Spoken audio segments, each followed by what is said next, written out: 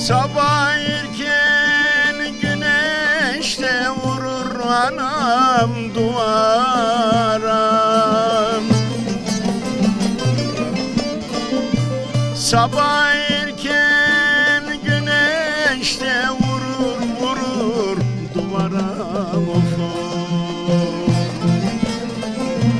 Alıyorsam senin kocan avare, kibar gelin avare. Alıyorsam senin kocan avare, alıyorsam avare.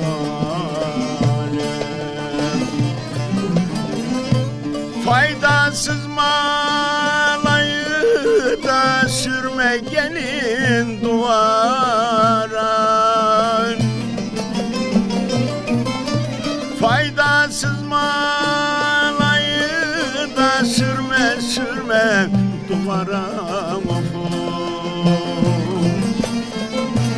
Yağmur yağar yemeklerin zayi olur, anlıyorsam zayi olur.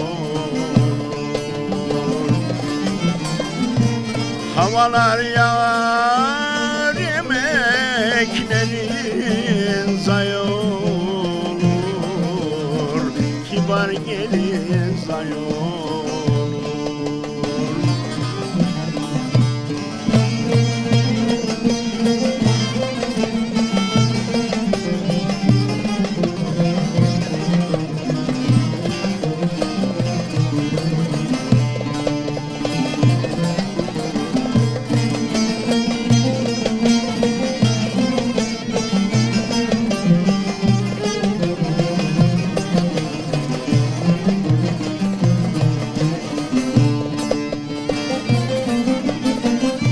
Söğüdün dibine de yatmış uyanmış.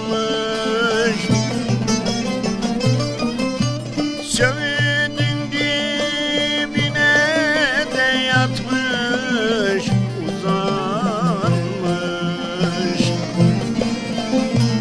Kaşına gözüne kuş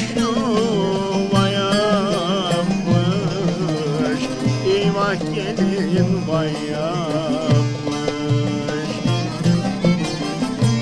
Kaşıyla gözüne kuş yuva yapmış. Eyvah gelin vay yapmış. Benim öpmelere de kıyamadım.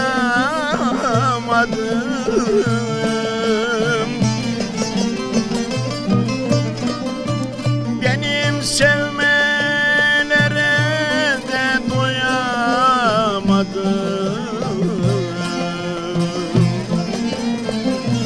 Elin berduşuyla sarılmış yatmış.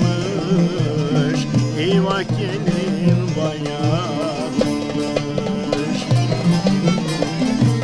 Elin berduşuyla sarılmış yatmış.